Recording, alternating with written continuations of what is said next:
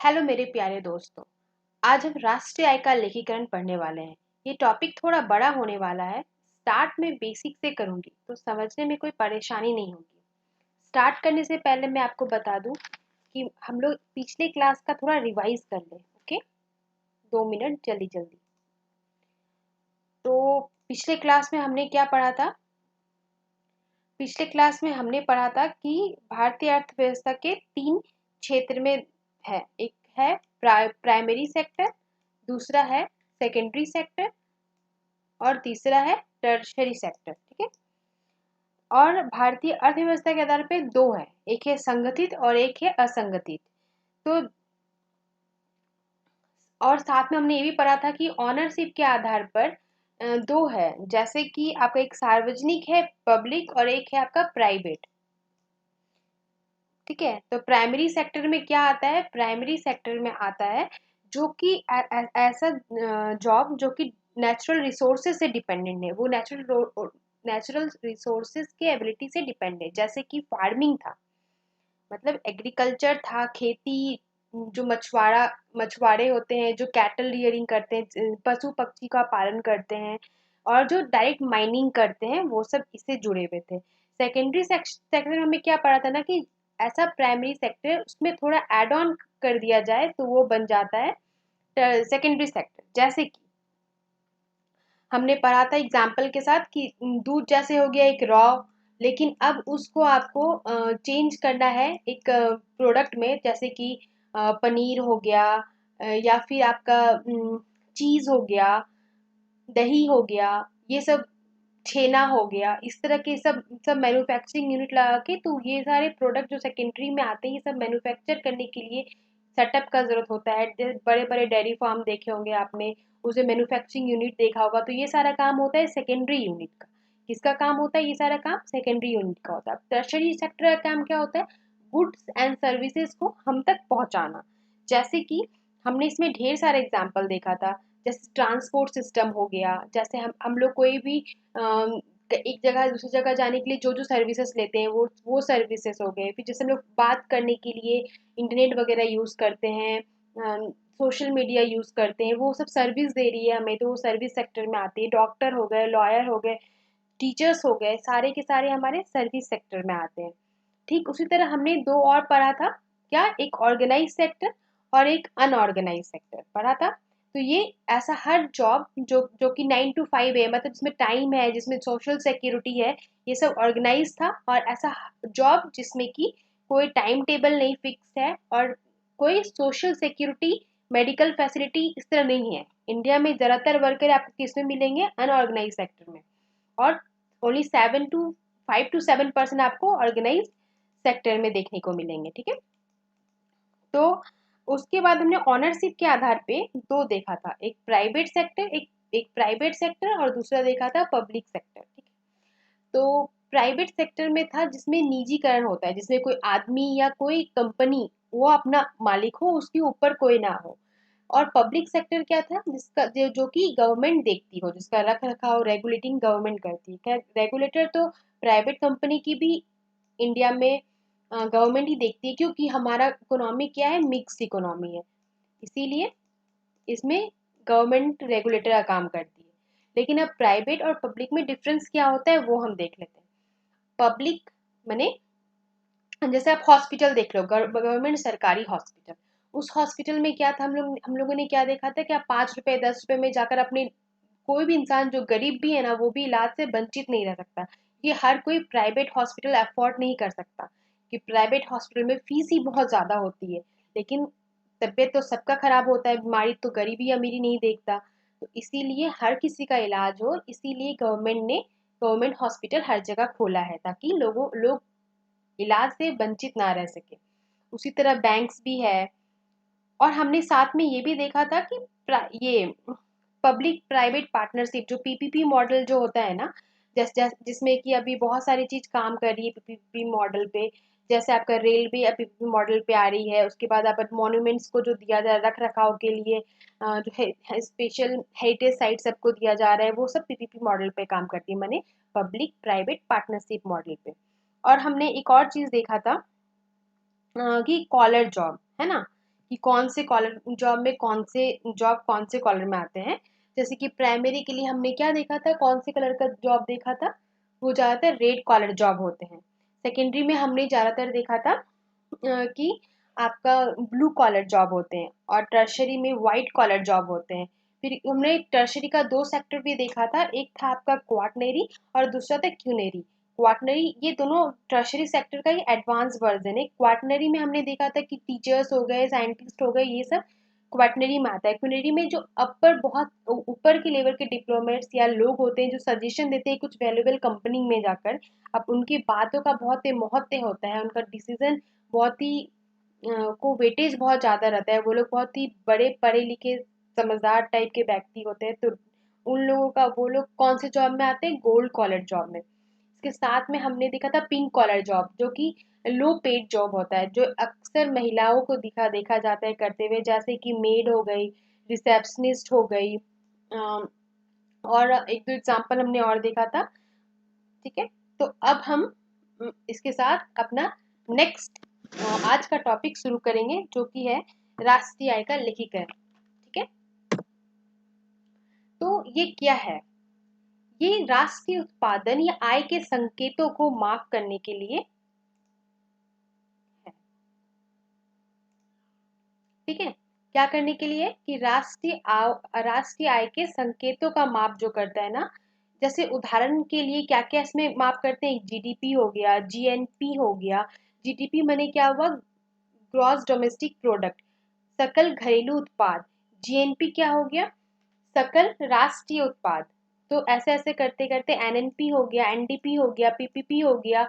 इसमें ये public private partnership वाला पीपीपी नहीं है, सिर्फ परचेसिंग पावर पैरिटी वाला है, कि एक जगह में और एक रुपए का इंडिया में क्या वैल्यू है, एक रुपए का बाहर एक कंट्री में क्या वैल्यू है, उसका जो एक्सचेंज रेट है ना, वो यहाँ हो गया पीपीपी। फिर रियल और नॉमिनल जीडीपी क्या हो गया, ये सब हम पढ़ेंगे। ठीक है, पढ़ने से पहले हम कुछ टर्म्स को ध्यान में देखेंगे, क्योंकि ये सब टर्म आगे जाकर फ्रीक्वेंटली यूज होंगे, तो आपको ये सारे टर्म के बारे में पता होना चाहिए। गुड्स क्या होता है, मैंने पिछले क्लास में ही बताया था। सामान क्या होता है, कि अगर आप 10 रुपए लेते हैं और दुकान पे जाते हैं, तो उस 10 रुपए के बदले अगर आपको कोई सामान मिलता है, जैसे कि ब्रेड मिलता है, तो वो ब्रेड हो गया गुड्स, क्योंकि आपको पैसे के बदले सामान मिल रहा है। और सर्विस क्या हुआ, कि पैसे के बदले में आपको कुछ सामान नहीं मिल रहा, बल्कि उसके बदले आपको सर्विस दिए जा रही है, तो वो सब सर्विसेज में काउंट होंगे। ठीक है, कंजप्शन गुड क्या होता है, जो ह्यूमन वांट्स को सेटिस्फाई करता है डायरेक्टली, जैसे कि मिल्क हो गया, दूध हो गया, कोई भी अनाज हो गया, ये सब कंजप्शन गुड है जो हम लोग डायरेक्टली खाते हैं। ठीक है, कैपिटल्स गुड क्या हो गया, जैसे कैपिटल गुड जैसे प्लांट, मशीन, ये प्लांट मतलब कोई बड़ा प्लांट, डेयरी प्लांट, ये सब कुछ लगाना है तो उस तरह के प्लांट, पौधे का मतलब नहीं है यहाँ पे प्लांट से। मशीन वगैरह सेटअप करते हैं जिससे द्वारा हम लोग और कुछ उत्पाद कर सकते हैं, तो उसको प्लांट बोलेंगे। ठीक है, फाइनल्स गुड क्या हुआ, ऐसा गुड जो कि जैसे कि अभी हम लोग चीनी खरीद के लाए घर पे उसको अपने कंज्यूम करने के लिए, अब हम लोग उससे कोई पैसा नहीं कमाएंगे, वो वापस से मनी सर्कुलेशन में नहीं जाएगा, मतलब उस चीनी से हम कुछ और बना के नहीं बेच रहे हैं। ठीक है, हम उसको घर में कंज्यूम करने के लिए खा रहे हैं, अब वो मनी के सर्कुलेशन से बाहर हो गया, तो उसको फाइनल गुड बोलेंगे। जैसे कि जैसे मान लो हम लोग चीनी कट के लाए, चाय बनाए, खा लिए, ठीक है, ये हो गया फाइनल गुड। पर अगर वो चीनी कोई रेस्टोरेंट वाला या चाय बेचने वाला खरीदता है और उसके बाद वो चाय बना के बेचता है, तो वो चीनी उससे फाइनल फाइनल गुड नहीं होगा, वो फाइनल गुड वहां पे चकर चाय होगा। ठीक है, को और डिटेल में हम लोग थोड़ा आगे पढ़ेंगे। इंटरमीडिएट गुड्स क्या हुआ, वही बीच वाला गुड्स, जैसे कि अभी जैसे मैंने कहा, जैसे हम लोग का चीनी जो घर पे यूज किए वो फाइनल गुड हो गया, पर चीनी जो कि एक चाय वाला दुकान में चाय की टपरी पे यूज होता है, वो चीनी इंटरमीडिएट गुड होगा, क्योंकि उसके बाद भी वो डायरेक्ट चीनी नहीं सर्व करता आपको, वो आपको चाय बना के देता है। इसीलिए वो दुकान वाले के लिए चाय हो गया फाइनल गुड और चीनी हो गया इंटरमीडिएट गुड। ठीक है, उसी तरह इन्वेस्टमेंट क्या हुआ, investment refers to the addition made to the physical stock capital during a period time, मतलब आप कुछ इन्वेस्टमेंट करते हो, कुछ के कोई स्टॉक पे लेते हो कोई टाइम पीरियड के दौरान पे, तो उसको बोलेंगे इन्वेस्टमेंट। ठीक है, अब हम लोग नेक्स्ट टॉपिक पे चलते हैं। एक फ्लो डायग्राम है, इसके द्वारा हम समझने का कोशिश करेंगे कि कैसे जीडीपी थोड़ा काम करता है। ये एक बेसिक है, आगे और भी एक दो एग्जांपल दूंगी जिससे आपका क्लियर हो जाएगा, पर ये एक बार इस फ्लो चार्ट पे ध्यान दीजिए। जैसे कि कोई एक फर्म है, ठीक है, कोई एक फर्म है जो आपको कुछ सामान बेचता है, कोई गुड्स और सर्विसेज बेचता है। अब ये एक मार्केट है जहाँ पे ये जाकर अपना सामान बेच रहा है, ठीक है। अब हाउस होल्ड वाले को, जैसे हम लोग को वो सामान चाहिए, खरीदना है, तो हम लोग क्या करेंगे, ये अपना सामान किसको बेचेगा, हाउस होल्ड वाले को, मतलब हम लोग को। अब ये सामान बेचने वाले क्या करेंगे, इनको सामान को बेचने के लिए इनको क्या क्या चीज, इनके पीछे क्या क्या चीज लगा ये सामान को करने के लिए, उनको पहले पता चला कि हाउस होल्ड वाले को क्या क्या चाहिए होता है, तो उसके हिसाब से उन्होंने अपना एक फर्म सेटअप किया, जिसमें कि लैंड चाहिए था उनको, लेबर चाहिए था, कैपिटल चाहिए था, मतलब जमीन, आदमी जो काम करे, और फिर कुछ पूंजी वो चाहिए था, जिससे कि वो अपना मार्केट सेटअप कर पाए। फिर उस मार्केट से उन्होंने वो प्रोडक्शन किया, और प्रोडक्शन करके उन्होंने अपना एक प्रोडक्शन यूनिट में, अपना फर्म में वो सामान भेजा। फिर वो सामान आपका मार्केट स्ट्रेटेजी में आया, और फाइनली वो हमारे घर तक पहुंचा, ठीक है। ये हमने देखा कि कैसे एक सामान का जरूरत महसूस हुआ और वो सामान फाइनली हम तक पहुंचाया गया। तो ये जो पूरा प्रोसेस है सामान पहुंचाने का, इसी को लास्ट जो हम लोग यूज कर लेते हैं फाइनली सामान खरीद के, तो उसको ही बोलते हैं जीडीपी, जो फाइनल गुड्स पे जीडीपी हमेशा कैलकुलेट किस पे होता है, जीडीपी हमेशा ना फाइनल गुड पे कैलकुलेट होता है, ठीक है। तो नेक्स्ट देखते हैं, इसी में जैसे आप हर चीज का मतलब है, जैसे ऊपर वाला लूप का क्या मतलब था, वहां पे गुड्स और सर्विसेज मार्केट में जा रहा है, लोअर लूप का मतलब था कि फैक्टर मार्केट पे होता है। जैसे कि हम लोग को जीडीपी पढ़ना है दो पे, एक फैक्टर कॉस्ट पे, एक मार्केट प्राइस पे, ये दोनों ही पढ़ना है। ये दोनों टर्म से घबराइए मत, आगे जाकर आपको बहुत ही आसान भाषा में इसको समझा दूंगी, ठीक है, विथ एग्जाम्पल, तो आपको टेंशन लेने का जरूरत नहीं है, अभी बस इतना जान लो।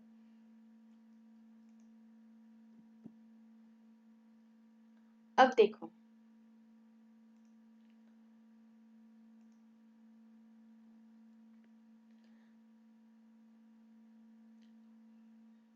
जैसे देखो, अगर हम लोग किसी दुकान में गए, क्योंकि मैंने इसके पहले कहा कि जीडीपी जो यूज होता है ना, वो हमेशा जीडीपी कैलकुलेट फाइनल गुड पे होता है, ठीक है, मतलब जो हम लोग का आखिरी जो प्रोडक्ट होता है ना, उस पे जीडीपी हमेशा यूज होता है फाइनल गुड पे, ठीक है। तो अब हम लोग केक खरीदते हैं दुकान में, ठीक है, तो केक खरीदने के टाइम पे हम क्या करते हैं, जाते हैं दुकान वाले से, केक का ऑर्डर देते हैं, केक मिलता है, पसंद करके केक खरीद लेते हैं। दुकान वाले जो हमें बिल देते हैं वो किसका, केक का बिल देते हैं। वो तो ऐसा नहीं बोलते ना कि अरे इसमें 2 रुपए की चीनी लगी थी, 5 रुपए का आटा लगा था, मैदा लगा था, 10 रुपए का दूध लगा था, 2 रुपए का अंडा लगा था, ऐसे करके तो हमें लिस्ट बना के नहीं देते बिल का। 50 रुपया उसका बनाई चार्ज हुआ, ये जो सैप है वो 50 रुपया ले लिए बनाने का, तो ऐसा तो नहीं था। हमें फाइनली मिलता है केक का प्राइस, जो कि एक फाइनल गुड है, ठीक है। उसी तरह जब हम लोग घर खरीदने जाते हैं, तो हमें घर खरीदने के टाइम पे ऐसा तो नहीं है कि हम लोग को एक लिस्ट दिया जाता है कि इसमें 1,000 रुपए का ईटा लगा, 5,000 रुपए का सीमेंट लगा, ऐसे तो कुछ नहीं होता है। मैं एक रफली छोटा सा रेफरेंस लेकर बोल रही हूँ, जनरली एक घर बनाने में 5,000 10,000 का सामान नहीं लगता, उससे भी ज्यादा लगता है। तो ये जो भी हम लोग को बेचने वाला, जो घर बेचने के लिए आया है, वो तो हम लोग को ऐसे बिल नहीं देगा, हम लोग को डायरेक्ट बोलेगा चलो ये पूरा अपार्टमेंट है, ये पूरा 50 लाख में मिल जाएगा आपको, ठीक है। वो तो आपको ऐसे लिस्ट बना के नहीं देगा एक एक चीज का। सिमिलरली हम लोग को फ्रेंड की शादी में जा रहे हैं और हमें कपड़े खरीदने हैं, तो कपड़े खरीदने के लिए हमें, जब हम लोग कोई शोरूम पे जाएंगे कपड़े खरीदने के लिए, तो हमें वो पूरा कपड़े मिलेंगे, उसमें हर धागा का, ये चीज का, बटन का, सब कुछ का दाम तो जोड़ के नहीं, जोड़ के एक फाइनल प्रोडक्ट का दाम बोलते हैं, उसमें हर चीज का दाम तो एक चीज करके नहीं लिखा रहता है, ठीक है। हम लोग जब भी पे करते हैं, क्या चीज का पे करते हैं, हमेशा हम लोग फाइनल प्रोडक्ट का पे करते हैं, ठीक है। अब और भी बहुत सारे टर्म है जो हमारे लिए यूज में आएंगे अभी, जैसे डेप्रिसिएशन हो गए, फिर नेट इन्वेस्टमेंट हो गया, ग्रॉस इन्वेस्टमेंट क्या होता है, स्टॉक्स क्या होता है, सर्कुलर इनकम ऑफ फ्लो जो अभी आपने देखा, फिर इंजेक्शन क्या होता है, लीकेज क्या होता है, इकोनॉमिक टेरिटरी क्या होता है, नॉर्मल रेसिडेंट ऑफ कंट्री क्या होता है। तो ज्योग्राफिकल टेरिटरी और इकोनॉमिक टेरिटरी, मतलब इकोनॉमिक मतलब, जैसे कि ये जो आपका पूरा इंडिया का मैप आपको दिख रहा है ना, ये हो गया आपका, ये है पॉलिटिकल मैप, ठीक है। अभी आपका इकोनॉमिक टेरिटरी अगर कोई बोले तो इकोनॉमिक टेरिटरी मतलब क्या होता है पता है? जो इसके आसपास जो तट है, जहाँ पे हमारे इंडियंस के जो लोग हैं, जो मछुआरे हैं, यहाँ पे जाकर फिशिंग वगैरह करते हैं, वो लोग भी आएंगे इकोनॉमिक टेरिटरी के अंदर, क्योंकि वो इंडिया के पास से जो सामान ले रहे हैं वो जाकर बेच के पैसा कमा रहे हैं, वो भी इंडिया के लिए। तो वो सब इंडिया का इकोनॉमिक टेरिटरी में आएंगे। साथ में और क्या क्या आएगा, जैसे इंडिया का दूतावास कहीं भी है, ठीक है, मान लो इंडिया का दूतावास कहीं है, मान लो ये अमेरिका का दूतावास है, ठीक है, अभी यहाँ पे जो भी इनकम होगा जनरेट, वो भी इकोनॉमिक टेरिटरी ऑफ इंडिया के अंडर आएगा, ठीक है। जैसे यहाँ पासपोर्ट का चार्ज, यहाँ पे वीजा, पासपोर्ट, जिस चीज का भी पेमेंट लोग करेंगे ना, ये पैसा डायरेक्ट इंडिया के इकोनॉमिक टेरिटरी में शामिल होगा, ठीक है। अभी इवन मिलिट्री बेस हो गया आपका, कंसल्टेस और एम्बेसीज एक ही चीज होती है। फिर जहाँ शिप और एयरक्राफ्ट ऑपरेट करते हैं वहां पे हो गया। जैसे कि अब अभी हमारा कोई एक प्लेन यहाँ से, एयर इंडिया है, एयर इंडिया अगर यहाँ से जाता है दुबई, फिर दुबई में सारे पैसेंजर्स को लेकर इंडिया आते हैं, पर जो उसका इनकम जनरेट होगा वो अपना पैसा कहाँ पे देगा? क्योंकि वो इंडिया का है तो वो सारा के सारा पैसा इंडिया पे देगा। ऐसा नहीं है कि अब दुबई के लोगों को लेकर आ रहा है तो सारा पैसा दुबई में जाकर ही दे देगा, ऐसा नहीं होता, ठीक है। फिर फिशिंग वेसल्स हो गए, मैंने बताया जहाँ जहाँ इसके आसपास जहाँ भी इंडिया के लोग फिशिंग करते हैं, ये सब इकोनॉमिक टेरिटरी में इंक्लूड होते हैं, ठीक है। अब जीडीपी कैलकुलेट कैसे होते हैं उसको एग्जाम्पल के तौर पे देखिए। जैसे कि मान लीजिए अभी इंडिया में एक कंपनी है, टाटा कंपनी, बहुत ही फेमस है, सब कोई जानते हैं। मान लीजिए कि वो 200 रुपए का इनकम जनरेट करती है। साथ में हो गया एक सैमसंग कंपनी, ठीक है, जो कि इंडिया की नहीं है, फॉरेन कंट्री है, वो जनरेट करती है 50 रुपए इनकम। तो जीडीपी कैसे कैलकुलेट होगी? जीडीपी कैलकुलेट करने के लिए इंडियन के टेरिटरी के अंदर जितना भी इनकम हुआ है वो सब जीडीपी में इंक्लूड होगी, ठीक है। तो इसका पूरा इंक्लूड हो गया 200 प्लस 50, मतलब 250 रुपए आ गए इंडिया की जीडीपी में, ठीक है। अब उसी तरह देख लीजिए एक पप्पू नाम का आदमी है जो कि दुबई में काम करता है, ठीक है।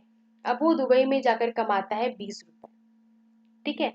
तो जाहिर सी बात है ये कुछ ना कुछ 20 रुपए में से 5 रुपए अपने फैमिली को भेजता ही होगा, ठीक है। लेकिन ये 5 रुपए ना अभी जीडीपी में इंक्लूड नहीं होगी, क्योंकि ये इंडिया के टेरिटरी से बाहर जाकर कमा रहा है, इसलिए ये जीडीपी में इंक्लूड नहीं होगी। तो ये इंक्लूड किस में होगी फिर? क्योंकि पैसा तो कमा के ये भेजेगा घर। ठीक उसी तरह जैसे सैमसंग अपना पैसा कमा के कहाँ भेजेगा? अपने कंट्री में, क्योंकि कमा रहा है यहाँ पे एम्प्लॉयमेंट जनरेट कर रहा है, रोजगार जनरेट कर रहा है आपका। साथ में जाकर रोजगार के साथ ये क्या जनरेट कर रहा है? आपको टैक्स दे रहा है, ये सब इंडियन गवर्नमेंट को देगा, ठीक है। रोजगार इंडिया के लोगों को मिलेगा मैक्सिमम, लेकिन आपको ये अपना सारा जो प्रॉफिट है और पैसा है उठा के लेकर जाएगा अपने कंट्री में, ठीक है। ठीक उसी तरह जिस तरह ये पप्पू अपना कमाया हुआ पैसा वहां इन्वेस्ट करेगा और जितना बच जाता है वो अपने घर पे भेजता है। लेकिन अब पप्पू का पैसा जीडीपी में इंक्लूड नहीं होगा, तो इंक्लूड होगा कहाँ? तो पप्पू का पैसा इंक्लूड होगा आपकी जीएनपी में, मतलब सकल राष्ट्रीय उत्पाद में, ठीक है। अब ये क्या होता है? अब देखिए, जैसे मैंने पहले ही कहा, लोग अपना कमा के पैसा घर ही भेजते हैं, तो उसी तरह जो टाटा कंपनी है वो तो घर की कंपनी है, मतलब इंडिया की कंपनी है, तो उसका पैसा पूरा के पूरा रह जाएगा। और प्लस ये जो 20 रुपए उसका है पप्पू का पैसा, वो आपका आ जाएगा। और जो सैमसंग का पैसा है वो वापस चले जाएगा सैमसंग वाली कंट्री में, ठीक है। तो जीएनपी क्या हुआ? GDP plus X minus Y is equal to, अब जीडीपी क्या था? 250 प्लस 20 - 50, तो इज इक्वल टू क्या हो गया? 220 रुपए, ठीक है। इसको डायरेक्टली निकालो या ऐसे निकालो, जैसे आपका मन, ठीक है। समझ आ गया? अगर आपको कोई चीज भी समझने में दिक्कत होता है तो प्लीज आप कमेंट सेक्शन में बता सकते हो, तो मैं थोड़ा स्लो कर दूंगी टॉपिक, या फिर आपको अपना सुझाव दे सकते हो। अगर आपको कुछ और तरीके से पढ़ना है तो मैं आपके सुझाव को जरूर अपनाऊँ, ठीक है। तो नेक्स्ट टॉपिक चलते हैं। अब जीडीपी हम लोग आसानी से समझ गए। अब देखते हैं इसमें गवर्नमेंट और फॉरेन एजेंट जब उसमें आते हैं तब उसका क्या लेखा जोखा होता है, क्योंकि हमारी बहुत सारी सामान इंपोर्ट होती है, एक्सपोर्ट होती है, फिर बहुत सारे में गवर्नमेंट अपना चार्ज लेते हैं, टैक्स लेते हैं, जैसे कि पेट्रोलियम प्रोडक्ट में कितना चार्जेस लगता है, जैसे महंगी महंगी जो गाड़ी आती है, रॉयल्स रॉड, ये सब जो गाड़ी आती है, ये सब में कितना टैक्स लेती है। तो ये सब जो चीज़ है, फॉरेन एजेंट है जो वहाँ के लोग, जब वहाँ की कंपनियां यहाँ आती है, जब वो सबका लेखा जोखा होता है, सब टैक्स में इंक्लूड होता है। तो वो सब गवर्नमेंट की इंटरवेंशन के साथ होती है, रेगुलेशन के साथ होती है, वो इसमें ही है। ठीक है।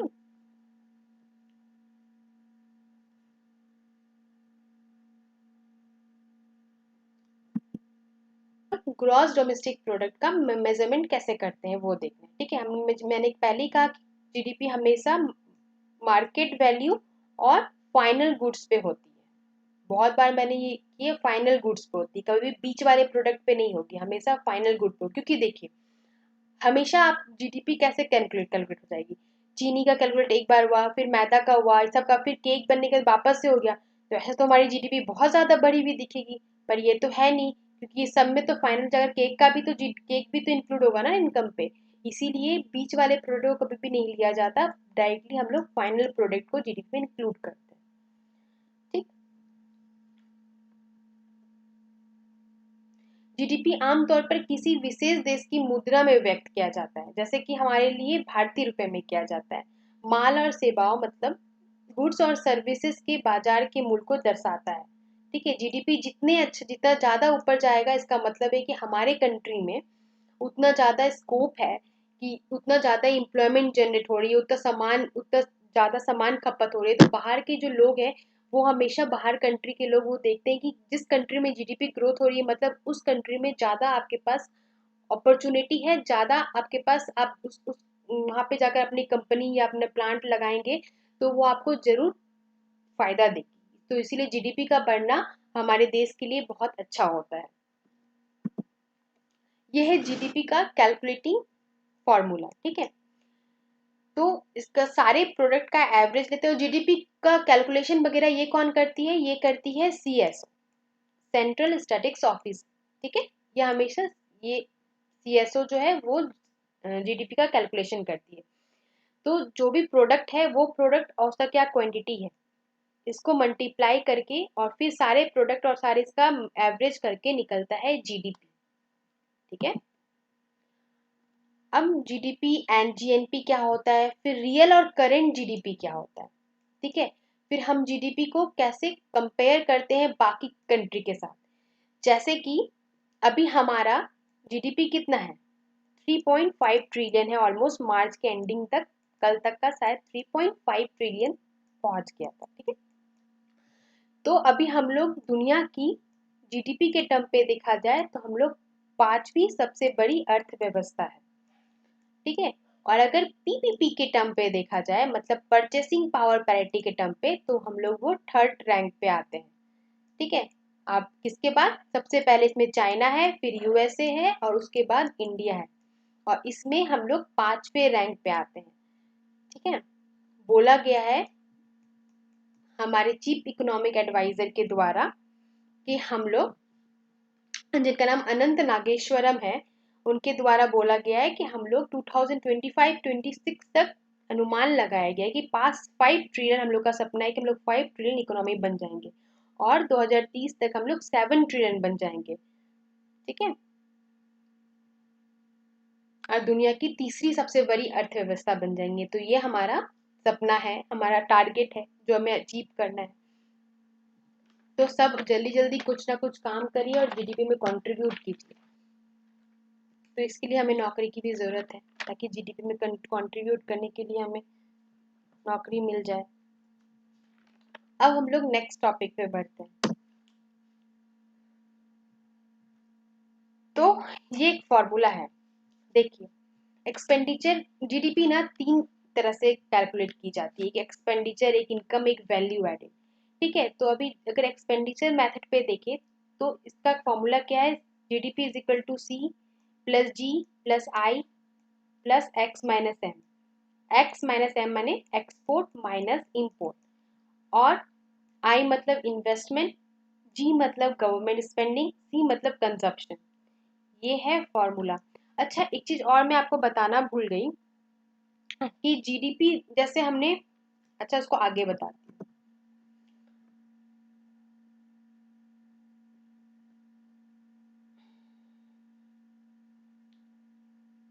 ये मैंने आपको पहले एक्सप्लेन कर दिया कि जीएनपी क्या होता है, GDP plus net income from the rest of the world जो होता है, जैसे जीडीपी और प्लस हमारे किसका इनकम, जो हमारे पप्पू थे उनका इनकम इंक्लूड हो गया तो वो बन गया जीएनपी।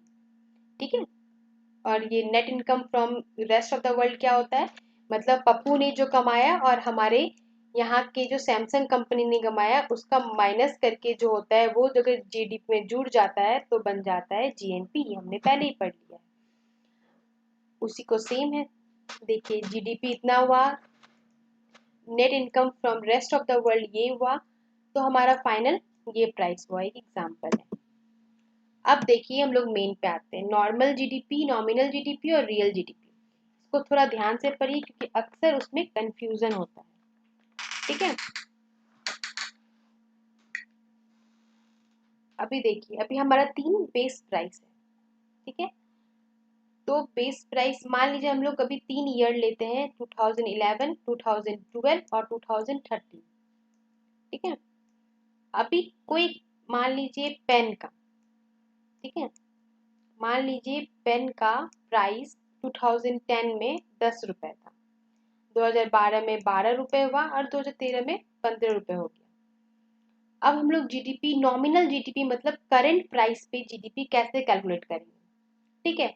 तो यहाँ पे क्या होगा, मान लीजिए 10 का जरूरत पड़ता है पेन का। ये सिर्फ एक अनुमानित नंबर है, इससे रियल लाइफ का कोई लेना देना नहीं, क्योंकि इतने कम तो नहीं, पेन तो ऑब्वियसली ज्यादा यूज होते होंगे, पर अभी ये सब अनुमानित है। ठीक है। तो इस पे कोई कमेंट मत कीजिए, ये आपको समझाने के लिए छोटे छोटे नंबर लिए गए हैं ताकि आपको कोई दिक्कत ना हो, जल्दी से फटाफट समझ जाए। तो 2011 में क्या हुआ ना, हमने देखा कितना हमारा करंट प्राइस पे जीडीपी हुआ 10 क्वांटिटी। हमने फॉर्मूला देखा था, याद है आपको, P into Q, price into quantity. तो अभी हम लोग वही यूज करेंगे। देखिए पी इंटू क्यू तो यूज किए, 10 इंटू 10 ये हो गया 100, 12 इंटू 9 हो गया 108 और 15 इंटू 8 2 13 का 20। अभी हम लोग को क्या दिख रहा है, जीडीपी बढ़ रहा है, दिख रहा है ना, क्या रही जीडीपी तो 100 से 120 हो गया, तो जीडीपी बढ़ता हुआ दिख रहा है। पर रियल में क्या है, देखिए दाम बढ़ रहा है पर क्वांटिटी तो घट रहा है ना, प्रोडक्शन तो घट रहा है, तो इस कैसे जीडीपी बढ़ सकता है। तो इस चीज के सॉल्यूशन के लिए हम कभी भी नॉमिनल पे नहीं लेते हैं, मतलब करंट प्राइस, क्योंकि करंट प्राइस हमेशा बढ़ता हुआ ही दिखता है। तो हम हमेशा किस पे लेते हैं, रियल जीडीपी लेते हैं। ठीक है। जो कि इसमें क्या करते हैं ना, कोई एक बेस फिक्स कर देते हैं, जैसे कि हमने यहाँ क्या फिक्स किया, 2011-12 फिक्स कर दिया। ठीक है। अब आप बोलोगे कि 2011-12 क्यों फिक्स किया, एक साल क्यों नहीं फिक्स हुआ, 2 साल क्यों फिक्स हुआ। तो हमारा जो सेशन शुरू होता है ना, वो मार्च अप्रैल से शुरू होके दूसरे साल के मार्च शुरू हो, जैसे कि आज 1 अप्रैल है। ठीक है। आज से हम लोग का अकाउंटिंग शुरू होगा और अगले मार्च 31 तक, मार्च 2024 तक चलेगा, तब उसके बाद सारा डेटा आएगा। ठीक है, इस साल का 2023 का। ठीक। तो इसीलिए हमेशा हम लोग का कैलेंडर, जो भी इकोनॉमिक कैलेंडर जिससे हम लोग कुछ भी कैलकुलेट करते हैं, वो हमेशा हम लोग का मार्च, अप्रैल टू मार्च चलता है, इसलिए हम लोग 2 साल लेते हैं। तो देखिए अब 2000 को फिक्स कर दिए, 2011 को, 2011 में कितना था जीडीपी, 100 रुपए।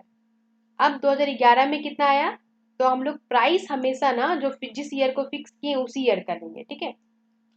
तो प्राइस क्या लिए, 10, तो 9 इंटू 10 90, फिर 2013 में 8 इंटू 10 80। ठीक है। तो यह हमने ले लिया। अब क्या हुआ फाइनल, देखो पहले तो 100 हुआ, फिर 90 हुआ, फिर 80 हुआ, तो रियल जीडीपी क्या दिख रहा है हम लोग को, अरे ये तो घट रहा है ना, ये तो बढ़ नहीं रहा है। पर करंट प्राइस पे ले रहे थे तो क्या दिख रहा था कि जीडीपी तो इंक्रीज हो रहा है। तो इसीलिए हम लोग हमेशा जो जीडीपी कैलकुलेट करते हैं, जिससे हम लोग की देश की जीडीपी ग्रोथ कर रही है कि नहीं, वो जो पता चलती है वो हम लोग रियल जीडीपी से ही कैलकुलेट करते हैं। कभी भी हम लोग उसको नॉमिनल जीडीपी पे नहीं कैलकुलेट करते। ठीक है।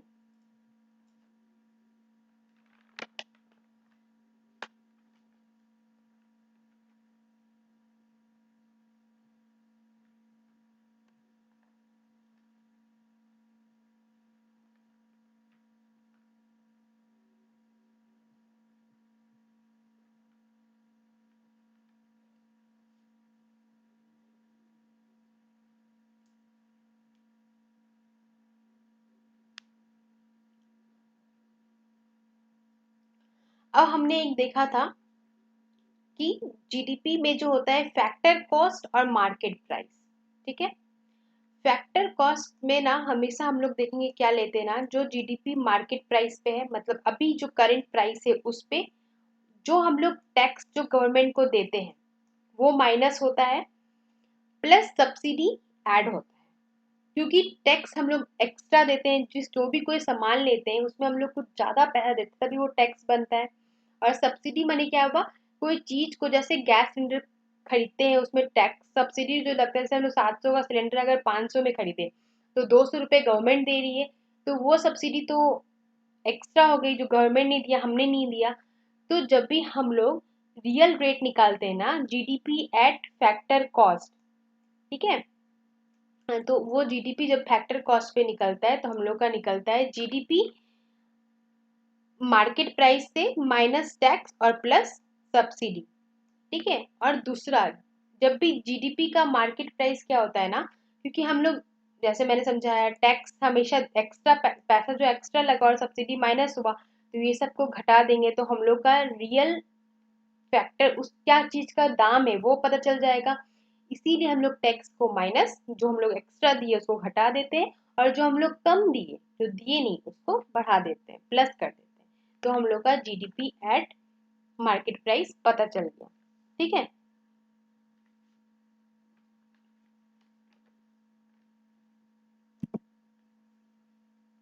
यहाँ पे सेम एग्जाम्पल है, आइसक्रीम है, ईयर 1 में ये 100 रुपए, दो ईयर 2 में 100 है, फिर प्राइस दोनों का क्वांटिटी ये है, प्राइस बढ़ गया तो आइसक्रीम का टोटल 5000, टोटल नॉमिनल जीडीपी क्या हो गया 15,000, 30,000 इसका हो गया। तो इसी चीज को यहाँ पे वापस समझाया गया। अच्छा ठीक है, जीडीपी के बाद आता है जीडीपी डिफ्लेक्टर, ठीक है। अब ये क्या होता है, ये हम लोग को कंपैरिजन करने में हेल्प करता है, nominal GD into real GDP into 100 इसका फॉर्मूला होता है, ठीक है। बेस ईयर आपके मन में एक आ रहा होगा, अरे बेस ईयर हमेशा चेंज होता है या हमेशा फिक्स होता है, हर समय तो 2011 का बेस ईयर तो नहीं लिया जा रहा होगा, इसके पहले कुछ और। तो देखिए base year time to time change इसीलिए होता है क्योंकि अभी हम लोग बहुत ऐसा चीज यूज कर रहे हैं जो पहले यूज नहीं करते थे, ठीक है। जैसे इलेक्ट्रिक व्हीकल हो गया, इंटरनेट इतना यूज कर रहे, क्या पहले ये सब जीडीपी में इसका कोई कंट्रीब्यूशन होता था? क्या इस चीज से पहले हम लोग कमाते थे? नहीं कमाते थे। क्या हमारी सरकार इससे पहले कुछ कमा पाती थी? नहीं। पर एक टाइम के बाद इलेक्ट्रिक व्हीकल और इंटरनेट से कमाने लगी, और ऐसे बहुत सारी चीजें जिससे पहले कमाती थी अब उससे शायद उतना इनकम नहीं होगा, जैसे टेलीग्राम हो गया, जैसे खत लिखते थे, अब उससे वो उतना इनकम गवर्नमेंट को नहीं होगा। तो वो सब टाइम टाइम टाइम तो रिवाइज होना पड़ेगा। अगर हम लोग हमेशा 2011 अभी लेते रहेंगे, 2011 में ऐसा बहुत सारा सामान होगा जो हम लोग यूज नहीं करते थे, अब यूज कर रहे हैं, तो उसका दाम कैसे इंक्लूड होगा, वो उसका कैसे रियल जीडीपी निकलेगा, है ना। इसीलिए हम लोग हमेशा टाइम टू टाइम 5 साल 7 साल में एक बार बेस ईयर को अपडेट करते हैं, ठीक है। तो जीडीपी डिफ्लेक्टर के बारे में बता रहे थे ना, deflector is equal to nominal GDP into real GDP 100 जैसे कि अभी रिलायंस जो 2000, क्योंकि अभी हम लोग का जीडीपी बेस ईयर है 2011-12, ठीक है। तो अभी जो हम लोग का इंटरनेट वगैरह जो इतना कंट्रीब्यूट कर रहा है तो वो सब कैसे फिर कैलकुलेट होता होगा, तो वो सब अभी फिलहाल नॉमिनल जीडीपी पे कैलकुलेट होता है, जिसका वहाँ पे लिस्ट नहीं है 2011 वाले में, किससे कंपैरिजन किया जाएगा। इसलिए अभी जो भी वो ऐसा चीज जो हम लोग अभी यूज कर रहे हैं और जिसका बेस ईयर में कोई है नहीं, उसको पहले यूज नहीं करते थे, तो वो सब नॉमिनल जीडीपी में काउंट होती है, ठीक है। और इससे हम लोग पता लगा सकते हैं कि nominal GDP by real GDP into 100 करके कि जीडीपी डिफ्लेटर कितना है, कितना चेंजेस हुआ है, ठीक है। अब ये कुछ पर ग्राफ है, आप इसको देख सकते हैं एक बार कि कैसे हम लोग का जीडीपी ग्रोथ हुआ, फिर 2020 कोविड के टाइम पे कैसे हम लोग नेगेटिव ग्रोथ कर रहे थे, -6.6 पे जा रहा था, फिर धीरे धीरे हमारा इकोनॉमी रफ्तार पकड़ा और अभी हम लोग 6 to 6.8 में है, ठीक है। 6 और 6.8 के हम लोग अभी पास में है। और ये जीडीपी डिफ्लेटर कैसे धीरे धीरे धीरे धीरे धीरे हम लोग का जीडीपी इंक्रीज कर रहा है, हम लोग जल्दी दुनिया के थर्ड सबसे लार्जेस्ट इकोनॉमी बन जाएंगे क्योंकि हमारे पास यूथ पावर बहुत है, ठीक है। सबसे ज्यादा यंगस्टर हमारे कंट्री में ही है। ये एक बार आपका बेसिक है, इसको वापस से आप ध्यान से सारा फॉर्मूला एक एक बार में रिवाइज कर सकते हैं। मैंने सारे फॉर्मूला को इसलिए एक बार में लिख दिया ताकि आपको रिवाइज करने में आसानी हो। जैसे कि जीडीपी क्या है, हमने पढ़ा net domestic product factor cost पे प्लस डेप्रिसिएशन। डेप्रिसिएशन हमने नहीं पढ़ा ना। देखो डेप्रिसिएशन सिंपल है, जैसे हमने टाटा का पढ़ा, मान लीजिए टाटा का बहुत बड़े बड़े मशीन यूज करती है, ठीक है। अब वो मशीन उनको 20 साल तक उनको अपना फायदा देगा, उनको 20 साल तक मशीन चेंज करने की जरूरत नहीं है। ठीक उसी तरह सैमसंग जो भी कंपनी यूज करती होगी वो भी अपना कोई मशीन लगा के रखी, उन लोग का तो बड़ा बड़ा मशीन होता है, वो भी 20 साल तक उनको कुछ चेंज करने का जरूरत नहीं है। लेकिन वो लोग में मेंटेनेंस तो चाहिए होगा। तो मान लीजिए जैसे ये 100 रुपये कमाती है, ठीक है, ये 50 रुपये कमा रही थी। अब इसको 100 रुपये में हर 8 रुपया मान लो, ठीक है, 10 रुपया मान लो, इनको 10 रुपया डेप्रिसिएशन चार्ज देना पड़ता होगा, ताकि उनको मेंटेनेंस चार्ज जो उनका मशीन का है वो देना पड़ता होगा, ताकि उनका मशीन अच्छे से काम करते रहे 20 साल तक, अगले 20 साल तक। उसी तरह सैमसंग को भी अपने मशीन को रिपेयर का जरूरत पड़ता होगा, हर साल वो भी 5 रुपये देता होगा, ठीक है। तो अभी नेट में क्या होता है ना, हम लोग जब भी नेट यूज करते हैं, ठीक है, देखो नेट डोमेस्टिक प्रोडक्ट उसमें क्या करते हैं, डेप्रिसिएशन को हमेशा माइनस कर देते हैं, ठीक है। डेप्रिसिएशन कभी भी, जैसे हम लोग को अगर जीडीपी में से अगर नेट निकालना हो, एनडीपी निकालना हो, तो हम लोग क्या करेंगे, जीडीपी कितना था हम लोग का 150, अब उसमें से हम लोग माइनस कर देंगे, कितना माइनस कर देंगे, 15 रुपये, ठीक है। तो हम लोग का क्या हो जाएगा 135, ठीक है, ये हम लोग का जीडीपी हो गया। तो ये हो गया हम लोग का डेप्रिसिएशन। इसमें जीडीपी में डेप्रिसिएशन ऐड होता है, पर हम लोग जब भी नेट आएंगे किसी भी चीज का, अगर जीडीपी से अगर नेट में निकालने जाएंगे तो हर में डेप्रिसिएशन माइनस होगा। देखो मार्केट प्राइस पे भी नेट माइनस होगा, इनफैक्ट फैक्टर कॉस्ट पे भी हम लोग जाएंगे तो वहां भी डेप्रिसिएशन माइनस माइनस होगा, और यहाँ इनडायरेक्ट टैक्स माइनस होगा, सब्सिडी प्लस होगा। फिर हम लोग एनएनपी में जाएंगे तो फैक्टर प्राइस पे, तो वहां पे नेट नेशनल प्रोडक्ट पे जाएंगे तो वहाँ factor income earn by normal resident जो है वो अब्रॉड, वो इंक्लूड होगा, प्लस जो फैक्टर हम लोग अब्रॉड को देते हैं वो माइनस होगा। फिर हम लोग जीएनपी एट फैक्टर प्राइस में देखने जाएंगे तो डेप्रिसिएशन माइनस होगा हमारा, ठीक है। फैक्टर हम लोग जो कमाते हैं वो प्लस हो जाएगा। उसी तरह फिर हम लोग मार्केट प्राइस पे देखेंगे तो डेप्रिसिएशन होगा, और नेट इनकम फ्रॉम अब्रॉड वो प्लस हो जाएगा। उसी तरह indirect tax minus subsidy NNP में हो जाएगा। हर हर जगह हम लोग याद करना है, जहाँ भी हम लोग जीएनपी से एनपी में जाएंगे तो वहाँ हम लोग का डेप्रिसिएशन माइनस हो जाएगा, ठीक है। अब इसका ही मैंने एक फ्लो चार्ट में समझाया है आपको सारे फॉर्मूला में कि कैसे कैसे करके ऐड होता है, आप इसको एक बार अच्छे से देख लो, ये बहुत ही फायदेमंद है, ठीक है। ये चार्ट बहुत ही इंपॉर्टेंट और बहुत ही फायदेमंद है, एक बार में आपको अच्छे से सारा कुछ समझ आ जाएगा कि कैसे net income from abroad include करेंगे जीडीपी में, तो वो बन जाएगा जीएनपी मार्केट प्राइस का। फिर इसमें इनडायरेक्ट टैक्सेस माइनस कर देंगे और सब्सिडीज को प्लस कर देंगे तो वो बन जाएगा जीएनपी एट फैक्टर कॉस्ट। फिर आप इसमें माइनस फैक्टर इनकम कर देंगे फ्रॉम अब्रॉड तो वो बन जाएगा जीडीपी एट फैक्टर कॉस्ट। अब इसमें कैपिटल कंजप्शन, जो जो कैपिटल हम लोग को लगा है वो कैपिटल कंजप्शन माइनस कर देंगे तो वो बन जाएगा एनडीपी फैक्टर कॉस्ट पे। अब इस पे हम लोग इनडायरेक्ट टैक्स प्लस कर देंगे और माइनस सब्सिडी कर देंगे तो वो हम लोग का बन जाएगा एनडीपी एट मार्केट प्राइस। अब इसमें हम लोग नेट इनकम फ्रॉम अब्रॉड को प्लस कर देंगे तो हमारा बन जाएगा NNP net national product at market price. अब इसमें हम लोग इनडायरेक्ट टैक्स माइनस करेंगे और सब्सिडी प्लस तो हमारा नेट इनकम बन जाएगा। इसमें कैपिटल कंजप्शन माइनस करेंगे तो फिर से नेट इनकम फैक्टर प्राइस से बन जाएगा। तो ये एक छोटा सा डायग्राम है जो मैंने बहुत मेहनत से बनाया है, इसको आप अच्छे से देखो, आपका सारा डाउट और सारा प्रॉब्लम खत्म हो जाएगा। इस वीडियो को ना 1.2x 2x पे 2-3 बार सुनो, आपको धीरे धीरे एक दो बार सुनोगे सारा टर्म सारा चीज दिमाग में घुस जाएगा, आपको फिर दोबारा दिक्कत नहीं होगा इस टॉपिक पे कभी भी, ठीक है। अब लिमिटेशन क्या है, देखो जीडीपी क्या है ना, इनकम डिस्ट्रीब्यूशन को इग्नोर करता है, क्योंकि बहुत कोई बहुत अमीर है गरीब है तो उस वाले को तो उसमें कोई हमने पढ़ा ही नहीं वो होता है। इन्वायरमेंटल डिग्रेडेशन को, क्योंकि जहाँ पे जीडीपी बढ़ रहा है, ठीक है, आप देखो जीडीपी जहाँ बहुत बढ़ रहा है, इसका मतलब क्या है, वहाँ फैक्ट्री सेटअप ज़्यादा है, इंडस्ट्री ज़्यादा लग रहा है, लोग बाहर से आकर ज़्यादा इंडस्ट्री और फैक्ट्री सेटअप करेंगे, इसका मतलब कैसे करेंगे, इन्वायरमेंट को डिग्रेड करेंगे, वो इन्वायरमेंट को काटेंगे, प्लांट काटेंगे, तो इसीलिए हमारा अभी इन्वायरमेंटल जो रिपोर्ट आता है ना, उस पर हमारा रैंकिंग पता है क्या है, एकदम लास्ट 180, क्योंकि हम उसके अकॉर्डिंग हम लोग इन्वायरमेंट पे ध्यान नहीं दे रहे हैं, जो कि हम खुद भी देख सकते हैं कि हमारे इन्वायरमेंट का एक्सपेक्टेशन बहुत ज़्यादा हो रहा है, क्योंकि इंडस्ट्री और ये सब सेटअप करने के चक्कर में ऑब्वियस सा बात है, रोड बनेगा, इंफ्रास्ट्रक्चर डेवलप होगा, तो उसमें थोड़ा बहुत तो नुकसान होगा ही,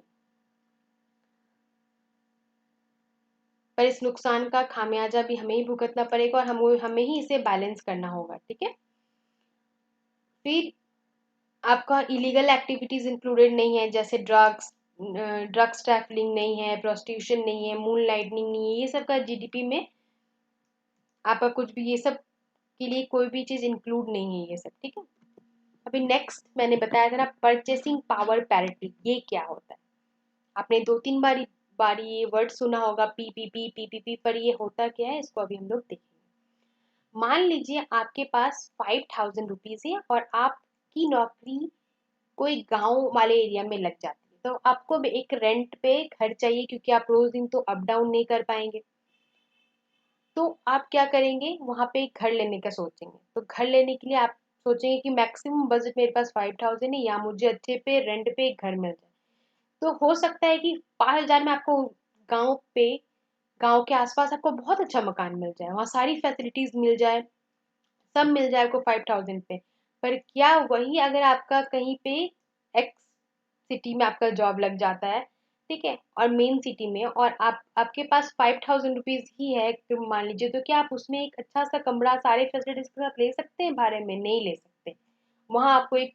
मुंबई जैसे शहर में अगर लगता है, तो वहां आपको एक खोली भी नहीं मिलेगी 5,000 में, छोटी सी बस एक रूम मिलेगा, जिसमें आपको सब कुछ साथ में करना होगा, बहुत छोटा छोटा सकता सकता बस एक रूम मिलेगा, तो वही हो गया, जैसे आप 5,000 में गांव में अच्छे से सरवाइव कर सकते हैं, पर वो 5,000 रुपये में आपको मुंबई में घर नहीं मिलेगा, तो यहाँ पे क्या डिफरेंस आया, परचेसिंग पावर का, क्रय शक्ति का जो है वो डिफरेंस आया है, ठीक है, खरीदने का। अब जैसे हम लोग गांव पे अगर 1 लाख रुपए कमाते हैं, ठीक है, तो हम वो चीज को किस पे खर्च करेंगे, बहुत कम खर्च होगा, वाजिब सी बात है, मैक्सिमम हम लोग का सेविंग हो जाएगा, पर अगर हम लोग वही 1 लाख रुपए मुंबई जैसे शहर पे कमाते हैं, तो हम लोग कितनी चीजें इसमें खर्च कर सकते हैं, एक तो वहाँ का लिविंग स्टैंडर्ड मेंटेन करना, फिर घूमने जाना, मूवीज, खाना, बाहर पे जैसे कपड़े पहनना, इस पे इतना ज्यादा खर्च करेंगे कि शायद हमारा सेविंग बहुत कम हो, इसलिए लिविंग स्टैंडर्ड के कारण और हम लोग का दोनों में डिफरेंस होता है, लिविंग स्टैंडर्ड के कारण, इसलिए पैसा गांव में थोड़ा ज़्यादा सेव हो जाएगा, आप 1 लाख कमाते हैं, वहीं शहर में कम हो जाएगा।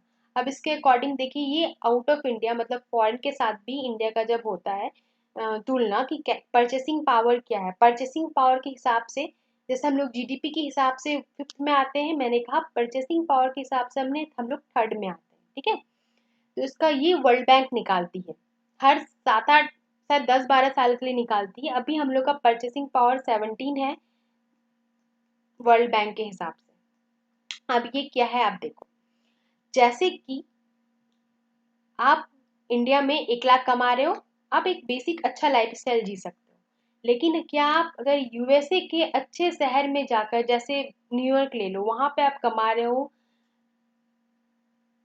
1 लाख रुपए, तो क्या वो एनफ होगा, नहीं, बिल्कुल आप वहाँ पे गरीब हो जाओगे, गरीब की कैटेगरी में होगे, वहाँ के लिए 1 लाख रुपए कुछ नहीं, क्योंकि वहाँ का लिविंग स्टैंडर्ड बहुत हाई है। अभी हाल में इसका भी आया था ना इंडेक्स की किस शहर के लिए ज्यादा अच्छा है, तो दिल्ली का स्टैंडर्ड क्या था ना, हमारे सिर्फ नेशनल कैपिटल में दिल्ली में रहने के लिए 112 रैंक आया था, सिर्फ एक सिटी, और मुंबई में 27 रैंक आया था, अगर सारे सिटीज की बात करें कि कहाँ पे लिविंग स्टैंडर्ड के हिसाब से, तो हमारा मुंबई 127 रैंक था। ये सब जो इंडेक्स है ना, ये सब इम्पोर्टेंट है, मैं ये सब इंडेक्स भी एक दिन आपको पढ़ा दूंगी, रिसेंट इंडेक्स की किसका क्या, किसके हिसाब से भारत की क्या रैंकिंग है और फर्स्ट कौन है, ठीक है, तो उसमें उसके हिसाब से नॉर्वे नंबर 1 पे था और मुंबई 127 रैंक पे था, विथ अच्छी, इंडिया का एक ही मात्र सिटी जो मुंबई था 127 रैंक पे था लिविंग स्टैंडर्ड में, तो आप सोचो कि कितना डिफरेंस है। अब देखो, अब जैसे कि मान लो कि 350 रुपये हम कमा रहे हैं, ठीक है। अब हम लोग 350 रुपये अगर हम लोग एक्सचेंज रेट में देखें कि यूएसए में खर्च कर रहे हैं, मान लो यूएसए का है 70 रुपया डॉलर, एक डॉलर 70 का है, तो हमें कितना होगा, इसका मतलब वहाँ पे हम लोग का 350 इज इक्वल टू $5 होगा, होगा ना। उसी तरह वर्ल्ड बैंक के हिसाब से हम लोग का क्या होगा, 350 इंटू 17 कर दो तो क्या होगा, क्योंकि वर्ल्ड बैंक के हिसाब से हमारी जो परचेसिंग पावर है थर्ड है आफ्टर चाइना एंड यूएसए, ठीक है।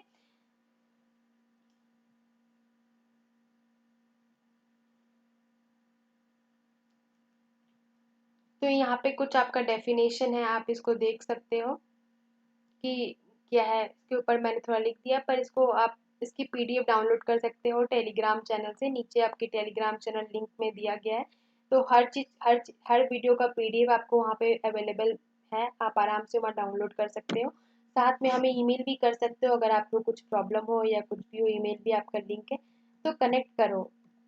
ओके, अब देखिए कैलकुलेटिंग पीपीपी आपके हर कंट्री के साथ, जो मैंने आपको दो से तीन बार बता दिया कि थर्ड रैंक पीपीपी के माध्यम से आता है, जीडीपी फिफ्थ रैंक पे आता है। तो कैसे कैलकुलेट करते हैं, हमारी करेंसी, ठीक है, रैंक वन में कोई एक चीज का, जैसे यहाँ पे कॉफी मान लो 50 रुपए की है न्यूयॉर्क में, पर हमारे यहाँ 10 रुपए में कॉफी मिल जाएगी, तो क्या हो गया, दोनों में डिफरेंस हो गया। उस तरह से परचेसिंग पावर में डिफरेंस आ गया। फिर उसी तरह हर सामान का ऐसे ऐसे अलग अलग आपका होता है, इसी हिसाब से तो निकलता है पीपीपी, जो वर्ल्ड बैंक निकालता है उसके हिसाब से इंडिया का थर्ड रैंक है, ठीक है। अब हम लोग जीडीपी को मेजर करने का तीन तरीका है, मैंने एक बार आपको स्टार्टिंग में बताया था कि तीन मेथड है, एक एक्सपेंडिचर मेथड है, इनकम मेथड है एंड वैल्यू एडेड अप्रोच है। अब तीनों है क्या, अब एक्सपेंडिचर मेथड हमेशा फाइनल गुड्स और सर्विसेज में होती है, ये मैंने आपको बहुत बारी बता दिया। इनकम क्या होता है, sum of income factors of production जो होता है वो इनकम अप्रोच होता है प्रोडक्शन में, जिसमें वेजेज जाता है, रेंट जाता है, इंटरेस्ट जाता है, प्रॉफिट जाता है, ये सब इनकम अप्रोच होता है, इसको कैलकुलेट किया जाता है। वैल्यू में क्या होता है, each stage of production, initial से लेकर फाइनल स्टेज तक प्रोडक्शन के सारे चीज में जो भी लगता है वो हो गया वैल्यू एडेड, ठीक है। इसका छोटा सा एक है डायग्राम देख लो, जैसे मान लो बस राइस की इकोनॉमी में ले लो एग्जांपल, तो राइस 20 प्राइस पे 20 पर यूनिट है, अब क्यू 1000 सोल्ड हो गया, तो टोटल एक्सपेंडिचर क्या हुआ, 20,000 रुपये, और जीडीपी भी क्या हुआ, 20,000 रुपये, क्योंकि हमने बस एक प्रोडक्ट लिया है, ताकि आपको समझने में आसानी हो, ज़्यादा कंफ्यूज ना हो। अभी सेकेंड देखो इसका पूरा प्रोसेस।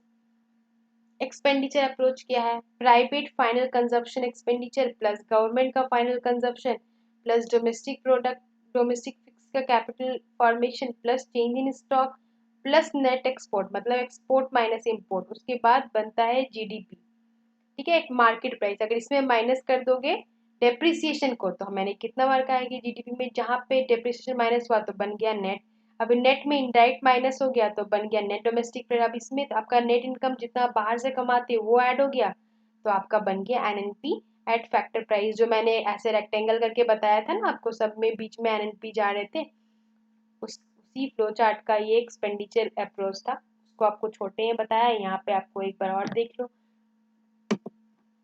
अब इनकम अप्रोच क्या है, देखो अब इसमें सेल्स और एक्सपेंस देखो, देखो मान लो सेल उसका 20,000 रुपया है, ठीक है।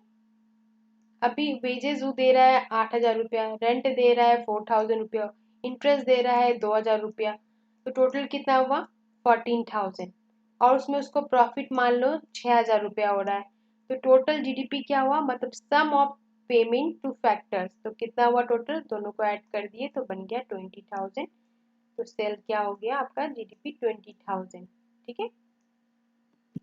अब इसी को आप देख लो एक फ्लो चार्ट में, जितना एम्प्लॉय को देना है कंपेंसेशन प्लस जो ऑपरेटिंग चार्जेस उसका लग रहा है, वो कोई भी चीज़ करने के लिए ऑपरेटिंग चार्ज तो लगता है, कोई मशीन को ठीक करने के लिए, मैंने पहले ही कहा बनाने के लिए।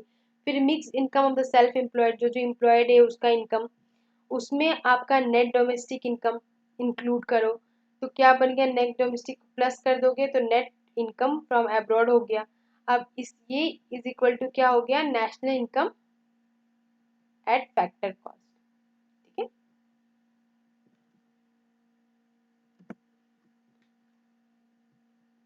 अब देख दो intermediate good value of sales same है। आपका कोई भी राइस मिल में है 12,000 रुपीज लग रहा है, तो अभी बेचने के लिए जा रहे हो तो 15,000 रुपया है। ठीक है, ये मिल राइस है, तो इसमें कितना का वैल्यू डिफरेंस हुआ देखो, 3,000 का। ठीक है, अभी रिटेलर के पास गया 15,000 में। ठीक है, रिटेलर इसको और बेचेगा कितना, उसमें और 5,000 रुपया जोड़ दिया। पर क्विंटल की बात हो रही है, तो 5,000 जोड़ दिया। अब इसमें कितना वैल्यू ऐड किया इसने, 5,000 रुपया। टोटल कितना वैल्यू ऐड हो गया, 20,000। तो ये हो गया टोटल वैल्यू एडेड। ठीक है, ये है वैल्यू एड अप्रोच। कहाँ पे, जैसे कोई सामान हुआ वो आप जितना फार्मर से लिए, फिर उसमें अपना मैन्युफैक्चर किए, उसका प्राइस बढ़ा, फिर उसके बाद फिर आप उस रिटेलर के पास जाएंगे, फिर वो अपना दाम बढ़ा के आपको बेचेगा। तो ऐसे करके दाम में टोटल वैल्यू कितना ऐड हुआ, 20,000। पहले 3,000 ऐड हुआ, फिर 5,000 ऐड हुआ, था प्राइस 12,000 का, तो उसमें 8,000 बढ़ के हो गया 20,000 रुपये। ठीक है, इसी को आपको चार्ट में है, तो आप इसको पूरा गवर्नमेंट के अप्रोच से, साथ में आप फॉरेन के सारे अप्रोच से, हर सामान का नेशनल इनकम कैसे निकलता है वो आप इस चार्ट के द्वारा समझ सकते हैं। ठीक है, अब उसी को मैंने एक शॉर्ट फॉर्म में फिर से समझाया है, तो आप इसको एक बार देख लो। वैसे सब कुछ मैंने समझा ही दिया है, तो ऐसा कुछ है नहीं कि इसमें फिर से न्यू आपको बताया, रिवीजन कर लो एक बार। एक्सपेंडिचर अप्रोच क्या होता है, इनकम और वैल्यू सबके सब सेम अप्रोच, एस्टिमेट सबका यही काम है, जीडीपी को कैलकुलेट करना। जो इनकम अप्रोच है उसमें एक काम है कि प्रॉफिट जो भी कंसिडर होता है, payment to in the entrepreneur को जो पेमेंट मिलता है उससे कैलकुलेट किया जाता है। तो इनकम आर वेजेस है, रेंट है, इंटरेस्ट है, profit adjust to make the sum equal to the final value of the profit को ऐसे एडजस्ट किया जाए जिससे कि आपका फाइनल वैल्यू ऑफ प्रोडक्ट में बने। वैल्यू एडेड में क्या क्या इंक्लूडेड होता है, तो उसमें हम लोग इंटरमीडिएट प्रोडक्ट को ऐड करते हैं। मैंने अभी देखा कि जब फार्मर से खरीदे 12,000 में, फिर उसमें 5,000 ऐड किए, फिर 3,000 ऐड किए, ऐसे करते करते बन गया 20,000 का फाइनल। तो इसमें डबल काउंटिंग होता है ना, एक कितना बार आपने काउंट किया, एक बार काउंट किया यहाँ, एक बार यहाँ काउंट किया, तो डबल काउंटिंग हो गया इसमें। तो उसके बाद each stage the value of added is equal to the wages. इसमें क्या वेज इंक्लूड रहा, इंटरेस्ट इंक्लूड हुआ, हर में रेंट इंक्लूड हुआ, हर में प्रॉफिट इंक्लूड हुआ, उसके बाद आपका फाइनली दाम बढ़ के 20,000 हो गया। उसी को शॉर्ट में आपको यहाँ पे फिर से एक बार लिखा हुआ है ताकि आप इसको अच्छे से रिवाइज कर लो। ठीक है,